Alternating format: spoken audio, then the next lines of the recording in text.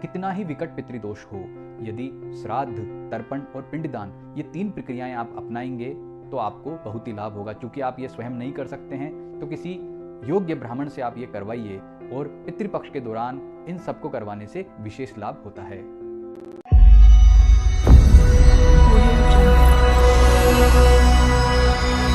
नमस्कार मित्रों, मैं हूं सुधाकर पुरोहित, आपका ज्योतिष मित्र। ज्योतिष डिविनेशन में आपका स्वागत है। पितृदोष कारण और निवारण वीडियो सीरीज का यह 6ठा वीडियो है। इस वीडियो में हम बात करेंगे पितृदोष निवारण के तकनीकी उपायों की। तकनीकी उपाय इसलिए बोल रहा हूं क्योंकि वह उपाय आप स्वयं नहीं करेंगे बल्कि वह आप करवाएंगे। आप उसके अंदर अपना योगदान देंगे, लेकिन प्रमुख रूप से वह उपाय पंडित जी करेंगे और उन उपायों को करने से ही आपको पितृदोष निवारण में श्रेष्ठ लाभ होगा। तो इन उपायों के बारे में जानकारी के लिए यह आप पूरा वीडियो देखिए और हमारे चैनल ज्योतिष डिविनेशन को अगर आपने अभी तक लाइक और सब्सक्राइब नहीं किया है तो वह भी अवश्य कर लीजिए।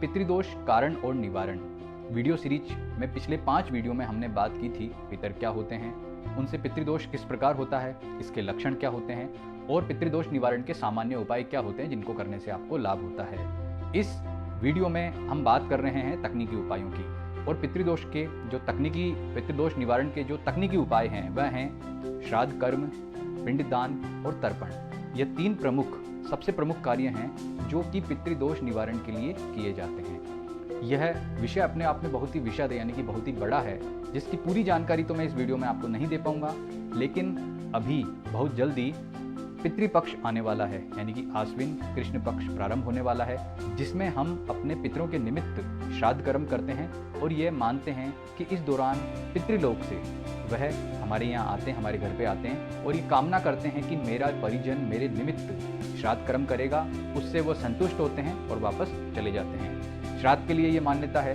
कि यदि किसी आपका जो पूर्वज है उसकी मुक्ति हो भी चुकी है, तब भी ऐसी स्थिति में वह जिस भी योनि में स्थित है आपका किया हुआ श्राद्ध उसे भी वहाँ किसी न किसी रूप में प्राप्त होगा। तो हम बात करेंगे श्राद्ध की, तर्पण की और पिंडदान की। श्राद्ध के बारे में सबसे पहले बात करते हैं। श्राद्ध की परिभाषा क्या है? जो भी कर्म श्रद्धा से किया जाता है उसे श्राद्ध कहते हैं और श्राद्ध में 3 वस्तुएं अनिवार्य हैं। पहली वस्तु श्रद्धा, यानी कि जो भी व्यक्ति अपने पूर्वजों के निमित्त श्राद्ध कर रहा है उसमें श्रद्धा का होना बहुत आवश्यक है। घास काटने जैसा काम आपको नहीं करना है। नंबर 2 काले तिल, यानी कि कोई भी श्राद्ध हो काले तिल की उसमें अनिवार्यता होनी ही चाहिए। और तीसरी वस्तु है कुशा। कुशा भगवान विष्णु से उत्पन्न हुई थी, इसलिए उसे बहुत ही पवित्र माना जाता है और इसका भी श्राद्ध में होना बहुत ही जरूरी है। अब बात करते हैं हम श्राद्ध के बारे में। तो श्राद्ध सामान्यतः कब करना चाहिए? ऐसा नहीं है कि श्राद्ध आप केवल जो है वो पितृपक्ष में ही करेंगे। श्राद्ध के लिए पुराणों में कहा गया है कि युगादि तिथि, मनवादि तिथि, जब सूर्य राशि चेंज करता है, संक्रांति जिसे हम बोलते हैं, तब ग्रहण के समय, ग्रहण के मोक्ष काल के बाद में, और जब अयन परिवर्तन, गोल परिवर्तन इत्यादि जो भी परिवर्तन होते हैं, ऐसी तिथियों पर श्राद्ध करना चाहिए। लेकिन वर्तमान में ये देखा गया है कि व्यक्ति इतना श्राद्ध कर्म नहीं कर पाता है, तो ऐसी स्थिति में 12 महीने की अमावस्या और जो आश्विन महीने का कृष्ण पक्ष है यानी कि जो श्राद्ध पक्ष है उसमें श्राद्ध कर्म आपको अवश्य करना है। श्राद्ध सामान्यतः 3 प्रकार के माने जाते हैं, जैसा कि मत्स्य पुराण में उल्लेख है: नित्य, नैमित्तिक और काम्य। नित्य यानी कि जो हम नित्य श्राद्ध करते हैं। अगर आप नित्य तर्पण अपने पितरों के लिए कर रहे हैं, उनके निमित्त जो है वो भोजन निकाल रहे हैं, तो इसे नित्य श्राद्ध कहते हैं।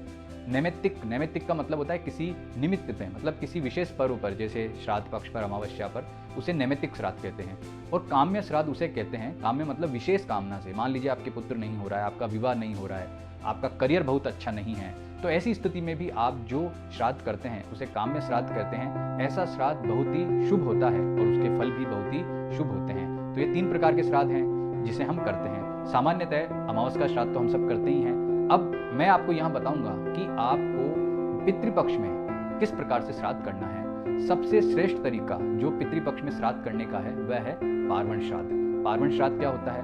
वह श्राद्ध जिसमें हम हमारे 3 पीढ़ियों के पितरों को बुलाते हैं, उनके निमित्त श्राद्ध करते हैं, उनके साथ में विश्वदेव और भगवान विष्णु की पूजा उपासना भी करते हैं। इसे पार्वण श्राद्ध कहते हैं। ये सबसे श्रेष्ठ श्राद्ध है जो कि आप श्राद्ध पक्ष में कर सकते हैं।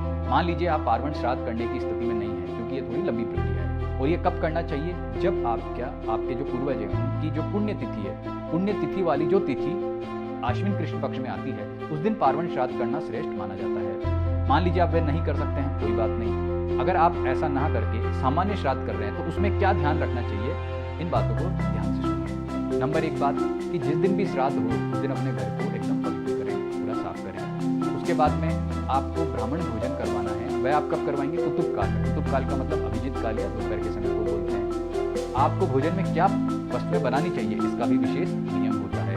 और आपको पंचबलि भी जरूर निकालनी है। ब्राह्मण भोजन के साथ में ही तर्पण भी अवश्य करवाना है। और तर्पण में काले तिल और कुशा का होना बहुत ही अनिवार्य है। तो सबसे पहले तो आप पूरे घर को पवित्र कर दीजिए। पवित्र करने के बाद में आप भोजन बनाइए। भोजन में आपको क्या बनाना है, क्या नहीं बनाना है। आप श्राद्ध में एक विशेष नियम का ध्यान रखें। ऐसा कई बार कहा जाता है कि हमारे पूर्वज को फलानी चीज़ बहुत पसंद थी इसलिए हम वो चीज़ बनाएंगे। जी नहीं, ऐसा नहीं होता है। श्राद्ध में क्या बनेगा या क्या नहीं बनेगा, इसके भी विशेष नियम हैं। कुछ वस्तुएं श्राद्ध में बनानी वर्जित हैं, जो हो सकता है कि आपके जो जिनके प्रति आप श्राद्ध कर रहे हैं उनको बहुत प्रिय थी, लेकिन नहीं, अब उनकी संज्ञा चेंज हो गई है, वे अब पितर संज्ञा में आ गए हैं, तो आपको इन नियमों को फॉलो जरूर करना पड़ेगा। तो क्या चीज़ बनानी चाहिए और क्या चीज़ नहीं बनानी चाहिए, तो जो नहीं बनानी चाहिए मैं उनका यहाँ आपको विवरण बता रहा हूँ। बैंगन की सब्जी कभी नहीं बनाए। राजमा जो है श्राद्ध में वर्जित माना गया है। चना, किसी भी प्रकार का चना, चाहे छोले हो चना हो, वह वर्जित माना गया है। मसूर की दाल, अरहर की दाल, गाजर चूंकि इस समय होता भी नहीं है, लेकिन अगर आप गाजर जो सब्जी मंडी में मिलते हैं उन्हें भी लाकर नहीं बनाएं। कद्दू, अधिकतर लोग कद्दू बनाते हैं, नहीं बनाना चाहिए। सलजम, हींग का प्रयोग आपको नहीं करना है। प्याज बिल्कुल ना बनाएं। सिंगाड़ा, काला नमक, रायते आदि में अगर हम काला नमक डाल रहे हैं तो वह बिल्कुल नहीं डालें। कुल्थी की दाल, इसका प्रयोग श्राद्ध में नहीं करना है। केत, चटनी बनाने या सब्जी बनाने के लिए केत का प्रयोग नहीं करना है। अलसी, इन वस्तुओं का सेवन आपको नहीं करना है। इसके अतिरिक्त भी कुछ नियमों का ध्यान रखा जाना आवश्यक है, जैसे जिस दिन घर में श्राद्ध हो उस दिन दूसरे के घर का भोजन बिल्कुल भी नहीं खाएं, यह वर्जित होता है। और अगर आपके घर में इस साल मतलब पिछले श्राद्ध के होने के बाद में कोई घर में डेथ हुई हो आपकी 2-3 पीढ़ी के अंदर, तो ऐसी स्थिति में इस वर्ष आपको श्राद्ध नहीं करना है। और अमावस्या के दिन आप जो है अपने सर्व पितृ श्राद्ध को कर सकते हैं, यानी कि मान लीजिए किसी पूर्वज की आपको तिथि नहीं पता है, तो ऐसी स्थिति में उसका श्राद्ध भी आप अमावस्या के दिन कर सकते हैं। आपको श्राद्ध में अधिक से अधिक पूजन में सफ़ेद पुष्प का प्रयोग करना है। अगर वह उपलब्ध नहीं है तो दूसरा पुष्प ला सकते हैं, वरना सफ़ेद पुष्प आप प्रयोग करेंगे तो बहुत ही अच्छा रहेगा। और पंचबलि के बारे में भी मैं आपको बता दूं कि पंचबलि जो होती है अग्नि पे दी जाती है। ब्राह्मण भोजन करने से पहले जो भी आपने भोजन बनाया है श्राद्ध में, उसे 5 जगह निकाल लीजिए, अग्नि को समर्पित कीजिए। गाय को आपको खिलाना है, कुत्ते को खिलाना है। चींटी, जो भी आसपास आपके जहाँ पर कीड़ी नगरा हो या पेड़ के नीचे जहाँ चींटियाँ मसल के रख दें उस खाने को। कौवे को खिलाना है, तो अगर कौवा नहीं है आसपास तो पेड़ पर रख दीजिए, पेड़ पर कौवे होते हैं वो खा लेंगे। तो इस तरह से आपको यह पंचबलि निकालनी है। तो और पंचबलि के अतिरिक्त उसके बाद में आपको ब्राह्मण भोजन करवाना है। ब्राह्मण आप जो भी बुला रहे हैं वही ध्यान रहे कि यज्ञोपवीत धारण करे, केवल नाम का ब्राह्मण नहीं होना चाहिए। और आपको तर्पण भी अवश्य करवाना है। तर्पण में काले तिल और कुशा का प्रयोग अवश्य करना है। तो यह तो जो आपका पितृपक्ष में श्राद्ध करना है उसके नियम हो गए। इसके अतिरिक्त आप इस समय अब कहीं तीर्थ स्थान पर जाकर के भी श्राद्ध कर सकते हैं। आपके घर के निकट कोई न कोई पितरों के निमित्त तीर्थ अवश्य होगा। भारत में गया तीर्थ पितरों के निमित्त सबसे श्रेष्ठ माना जाता है। अगर आप गया जी जाकर के श्राद्ध करना चाहते हैं तो यह बहुत ही उत्तम विचार है। और सब इसके अतिरिक्त भी अगर आप किसी तीर्थ पर जाकर के श्राद्ध करेंगे तो बहुत ही अच्छा रहेगा।